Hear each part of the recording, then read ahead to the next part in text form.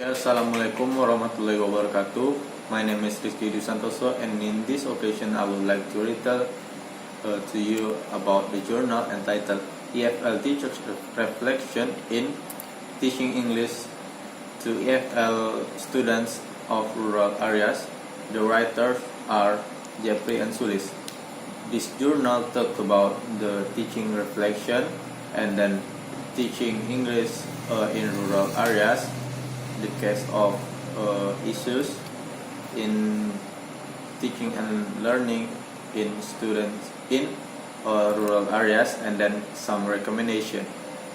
So teaching reflection is becoming a pivotal feature in professional development of teaching or teachers, including EFL and ESL teachers.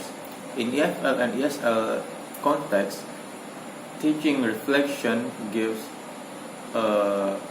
avenues for ESL and EFL teachers to self-reflect, or even evaluate their learners and learning ecosystem and their quality of learning.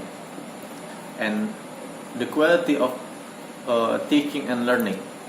And then teaching reflection not only means of understanding the classroom practice, but also detecting the critical impact of social context on English learning and teaching. Okay, the next is about teaching English in rural areas. Teaching English in rural areas has lately received great importance, especially in developing countries. The demand of English as international language makes EFL countries takes more attention in providing continuously and improvement in ELT practice. However, in this case, there are some problem of teaching English in rural areas. The first problem is about lack of supplementary materials and facilities, and then lack of teachers, and low quality of teachers, and then very limited or even no access of technology for teaching. The case of teaching English in rural areas, the first is the case of Anas. She gives example in teaching. She used direct teaching method in teaching English in rural areas. For example, she will teach about plants. So she tell to the students to join her to take around in the school.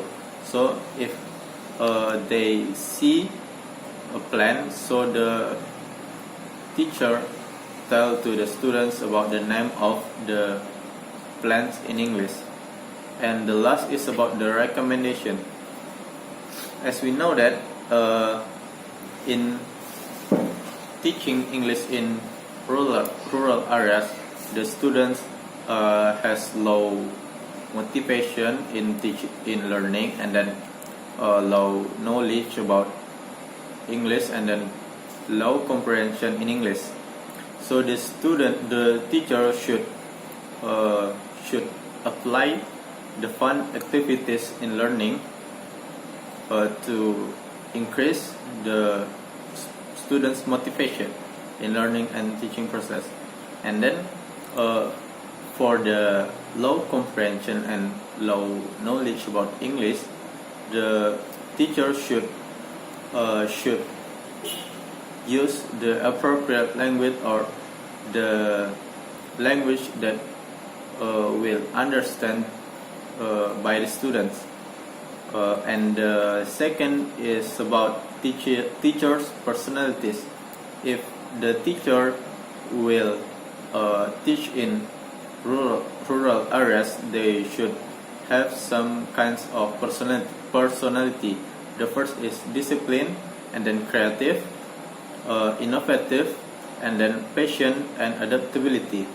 In creative, the teacher should creative in teaching students in rural areas. For example, use games, and then something like that. And then should patient, as we know that the comprehension or the level of knowledge in rural areas is low, so the teacher should patient to teach them. And then adaptability, the environment in countries, in central countries and the rural areas is different, so the teachers should have to adaptable in the environment in rural areas. Okay, I think that's all. Sorry for my mistake. Assalamualaikum warahmatullahi wabarakatuh.